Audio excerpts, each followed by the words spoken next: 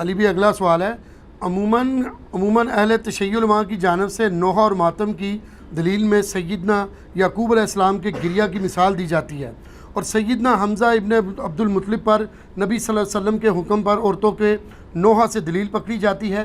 اس حوالے سے فرقہ واریت کی لعنت سے بالا تر ہو کر علی بھائی کا موقف کیا ہے؟ دیکھیں جی، نوحہ والا ایشو چھوٹا ہے، اصل میں جو ہمیں شیعہ سے اختلاف ہے نا اس طرح کے مصائب کی ایکٹیویٹیز میں، ویسے تو میجر اختلاف تو عقیدہ امامت کے اوپر ہے جی، اس پہ آپ میرا کلپ دیکھ لیں۔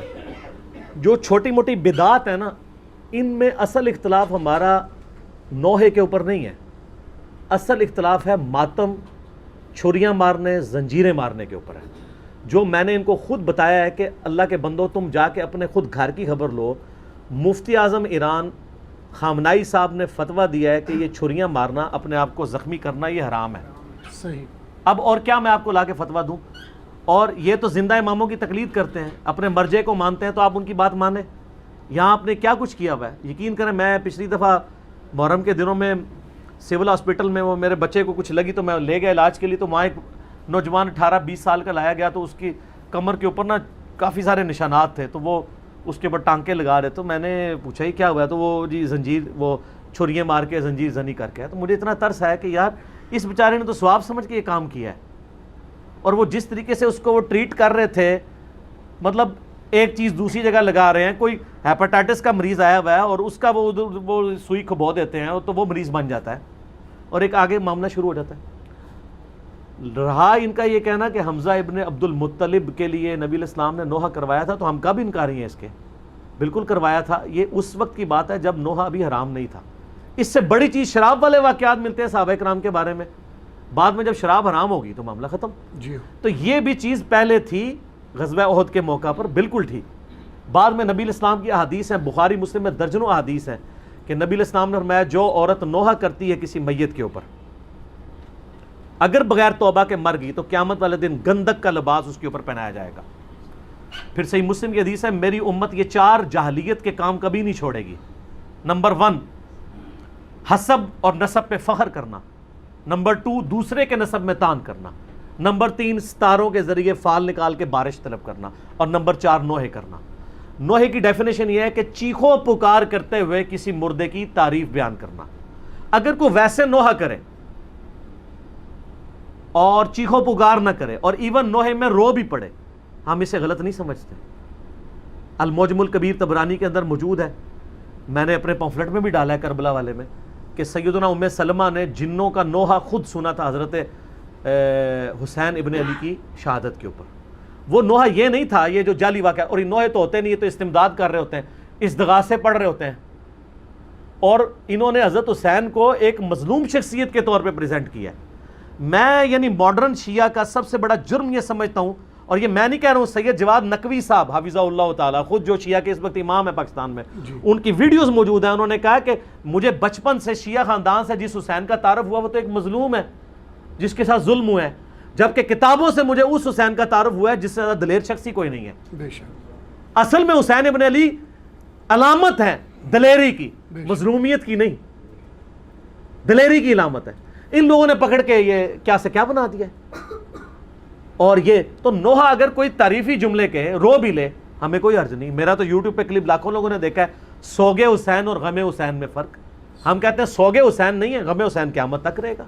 میں نے احادیث سے پیش کی ہیں چیزیں، میں آج اس ٹاپک کی طرف نہیں جاتا۔ اصل میں ہمیں اختلاف ہے اس ماتم کے ساتھ، اور یہ جو دلائل پکڑ رہے ہیں اس میں کوئی ماتم نہیں عورتوں نے کیا تھا۔ اور یہ مجھے پتہ ہے ایک شیعہ عالم ہے، میں ذاتی طور پر ان کی بہت قدر کرتا ہوں، شہنشاہ نقوی صاحب حافظہ اللہ تعالیٰ، ٹھیک ہے، یہ حافظہ اللہ آپ کسی کو بھی دعا دے سکتے ہیں۔ تو انہوں نے یہ بات کی ہے، اور انہوں نے یعنی مجھے بڑا افسوس ہوا قرآن سے آیات پڑھ کے نا، سورہ یوسف سے، حضرت یعقوب علیہ السلام جو افسوس کرتے تھے یوسف علیہ السلام کے لیے، وہ تو اس میں الفاظ ہیں، وہ ہائے یوسف کہتے تھے، اور یوسف افسوس یوسف کے اوپر، اور یوسف کو یاد کر کے روتے تھے حتیٰ کہ ان کی بینائی چلی گئی۔ اس کے ساتھ انہوں نے ساتھ خود کہانی جوڑ لی کہ ایک ہاتھ یہاں مارتے تھے ایک یہاں مارتے تھے، تو ہم یہاں مار لیں تو کیا ہے؟ یہ قرآن کی کس آیت میں لکھا ہوا ہے؟ جی، یعنی یہ آپ کہانیاں کرانی بند کریں، سورہ یوسف کھول کے خود 80 نمبر آیت سے آنورڈ پڑھ لیں پارہ نمبر 12 کے اندر، اور مجھے بتائیں کہ کہاں لکھا ہے کہ وہ ماتم کرتے تھے۔ ہوتا یہی ہے کہ آدھا سچ بڑا خطرناک ہوتا ہے، آدھا تو سچ ہے۔ سر ہم بھی غم کر رہے ہیں، اور میں تو بہت بڑی بات کرتا ہوں، دنیا کا بڑے سے بڑا شیعہ آ کے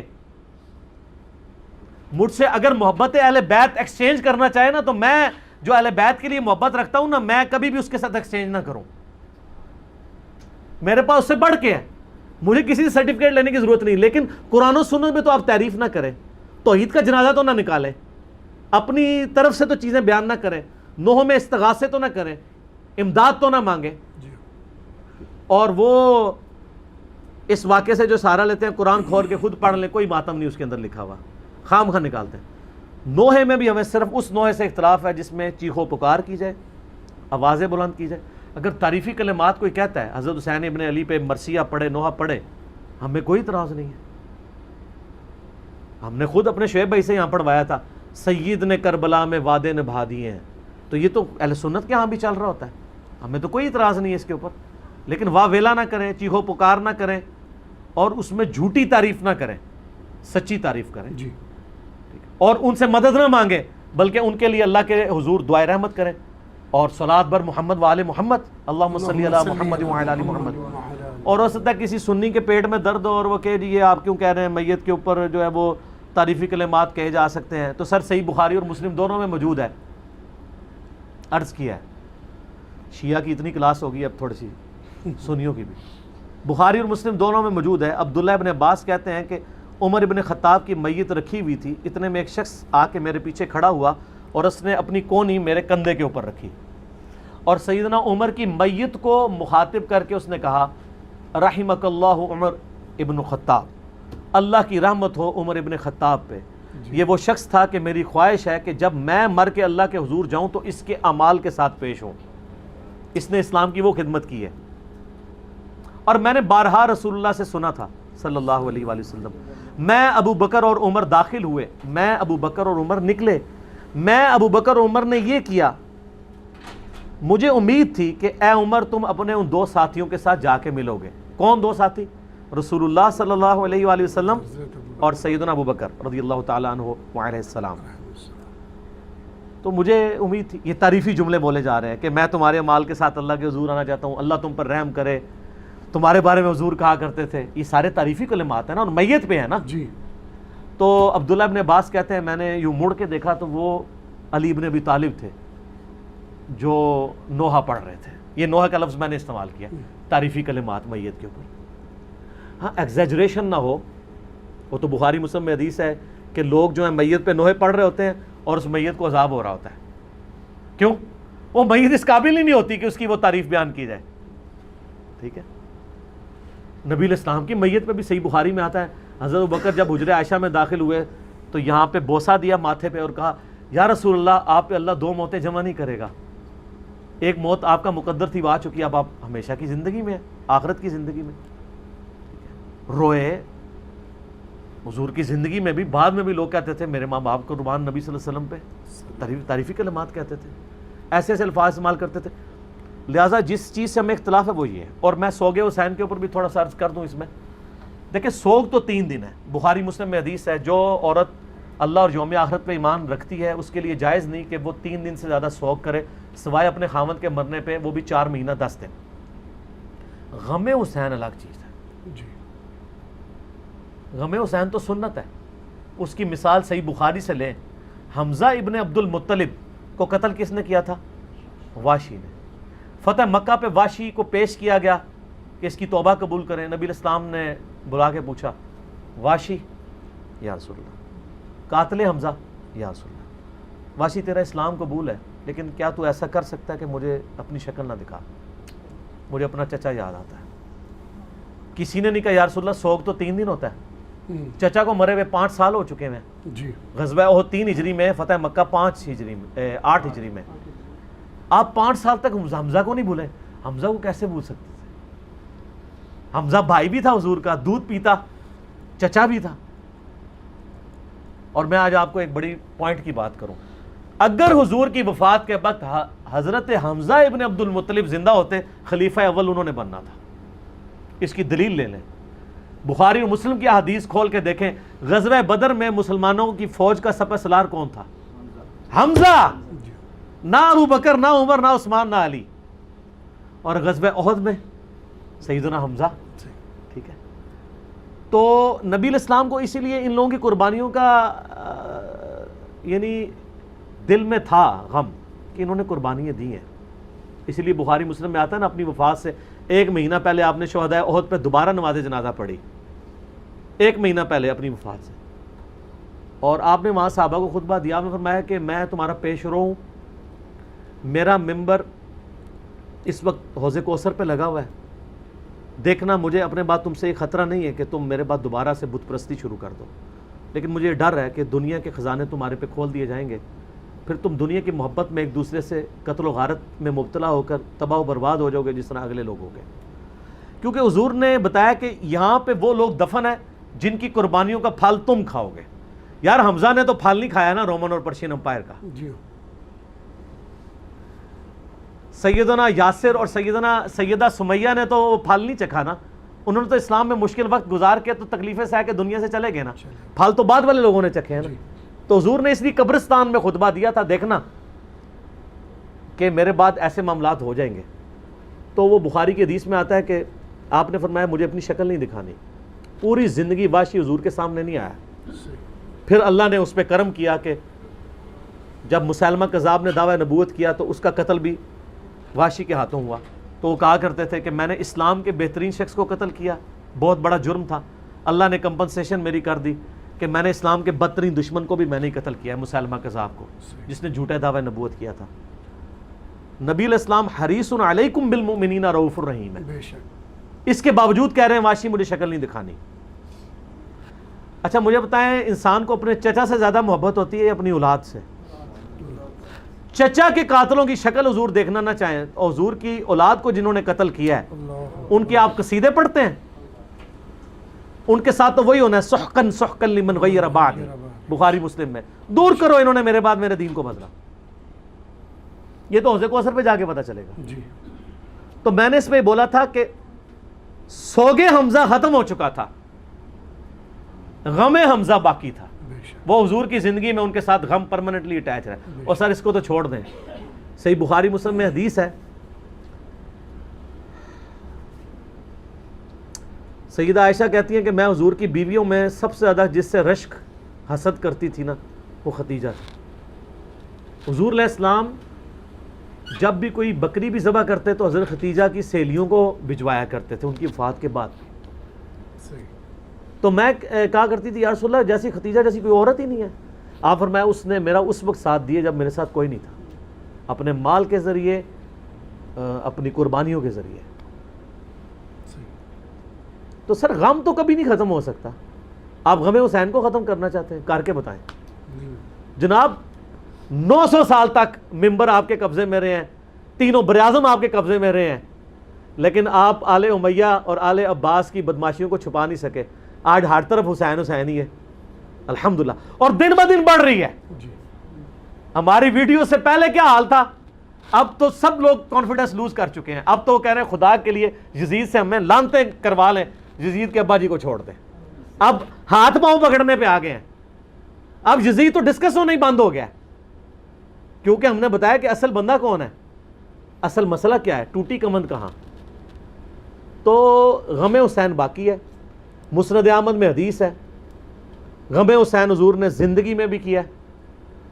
علی بن ابی طالب کہتے ہیں میں حضور کے پاس حاضر ہوا، آپ نے حسین ابن علی کو گود میں اٹھایا، زاروں قطار رو رہے ہیں. میں نے کہا یا رسول اللہ میرے ماں باپ آپ پہ قربان، یہ آپ کی حالت کس نے کی ہے؟ اور یہ حدیث سٹارٹ کہاں سے ہوتی ہے؟ مولا علی جو ہیں وہ جنگ نہروان کے لیے جا رہے ہوتے ہیں، نینوا نامی جگہ پہ، صحیح حدیث ہے مسند احمد کی. تو آپ نا وہاں کہتے ہیں اصبر یا ابا عبداللہ، اے ابو عبداللہ صبر کرنا. تو ساتھی پوچھتا ہے کہ حضرت علی آپ کس سے باتیں کر رہے ہیں؟ تو حضرت علی حضرت حسین سے باتیں کر رہے ہوتے ہیں، حالانکہ حسین ساتھ نہیں تھے، لیکن ایک نعرے کے طور پہ کہ میرے بچے صبر کرنا. تو انہوں نے کہا کہ مجھے یہاں پہ حضور کی ایک حدیث یاد آئی ہے، کیونکہ اسی جگہ کے بارے میں نبی علیہ السلام نے مجھے بتایا تھا. ایک دن میں آپ کے گھر داخل ہوا، حسین ابن علی کو گود میں اٹھایا ہوا، چھوٹا سا بچہ ہے 3-4 سال کا. آپ رو رہے ہیں. میں نے پوچھا یا رسول اللہ آپ کو کس نے غمگین کیا؟ تو فرمایا ابھی جبرائیل علیہ السلام میرے پاس آئے تھے, انہوں نے مجھے بتایا کہ آپ کی امت حسین کو قتل کر دے گی فرات کے کنارے, اور میری خواہش پہ جبرائیل نے یوں ہاتھ مار کے مجھے کربلا کی سرخ مٹی بھی دکھائی, جس کی وجہ سے میں غمزدہ ہو گیا اور میرے آنسو نکل آئے. ابھی واقعہ ہوا نہیں ہے, واقعہ ہونا ہے 50 سال بعد. جی غم حسین پہلے ہے. اور واقعے کے وقت کیا ہوا ہے وہ بھی مسند احمد میں متواتر حدیث ہے. ابن عباس کے 8 شاگردوں نے یہ روایت کی ہے. شیخ البانی, شیخ زبیلی صحیح دونوں نے صحیح کہا ہے, اہل حدیث بھی صحیح مان رہے ہیں. اور یہ وہ حدیث ہے جس کی وجہ سے میں نے یہ فکر حسین اور غدیر خم کے اوپر آواز بلند کی. وہ حدیث کیا ہے؟ مسند احمد میں ہی ہے. عبداللہ ابن عباس کہتے ہیں کہ ایک دوپہر میں نے خواب دیکھا کہ نبی علیہ السلام پرانگدہ حالت, بال بکھرے ہوئے اور کپڑے بھی آپ کے گرد آلود ہیں, جیسے مشقت کے آثار ہیں. آپ کے ہاتھ میں خون کی ایک شیشی ہے. تو میں نے کہا یا رسول اللہ میرے ماں باپ آپ پہ قربان, آپ کی کیا حالت ہے؟ تو آپ نے فرمایا کہ میں صبح سے حسین اور اس کے ساتھیوں کا خون جمع کر رہا ہوں. یہ ایک تمثیل آپ علیہ السلام کو دکھائی گئی. یہ نہیں تھا کہ آپ وہاں فزیکلی موجود تھے, ایک تمثیلاً دکھایا.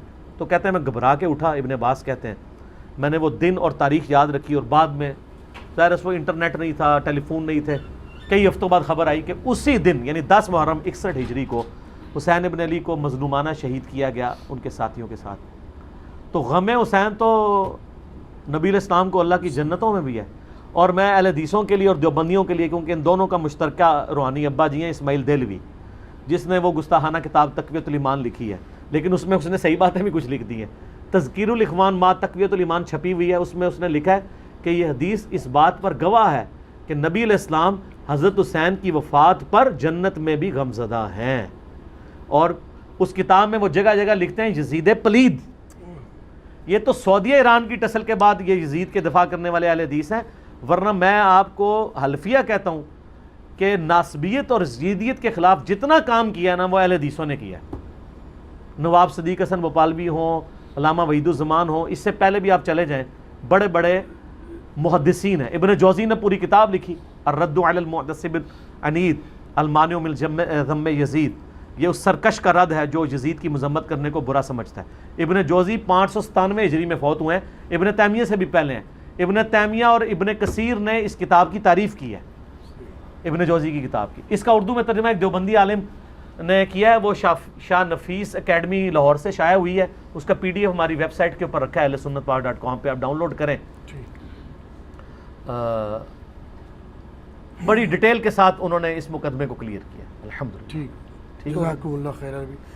مودودی صاحب نے جو کچھ لکھا ہے وہ سب کچھ احادیث کی روشنی میں لکھا ہے, اور میں نے اس کے دفاع کے اوپر ایک پورا ریسرچ پیپر بھی لکھ دیا ہے جناب. یہ واقعہ کربلا کا حقیقی پس منظر 72 صحیح الاسناد احادیث کی روشنی میں. 72 کا ٹائٹل میں نے شہدائے کربلا کی نسبت سے لیا ہے, ورنہ احادیث میں 200 سے زیادہ ہیں. اکثر احادیث بخاری اور مسلم سے ہیں.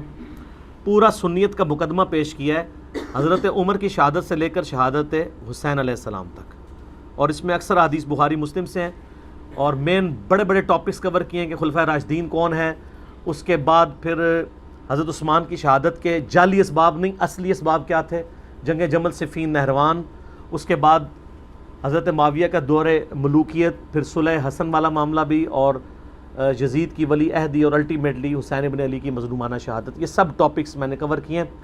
اس کو آپ سافٹ کاپی ہماری ویب سائٹ ahlsunnatpak.com سے ڈاؤن لوڈ کر سکتے ہیں فریلی, اور ڈاک میں بھی آپ فری کاپی. یہ ریسرچ پیپر اور اس کے علاوہ 8 ریسرچ پیپر اور ہیں, 9 ٹوٹل, اور 3 اذکار کارڈ ہیں. صبح شام کے سنت اذکار, فرض نماز کے بعد کے سنت اذکار, اور جادو ٹونا وبائی امراض اور قدرتی حادثات سے بچنے کے سنت اذکار. یہ آپ 12 کا پیکج فری ہم بھیجتے ہیں اللہ کے فضل سے. صبح 9 سے لے کر مغرب تک ہمارا فون نمبر کھلا ہوتا ہے اکیڈمی کا, +92 321 5900 نمبر ہے.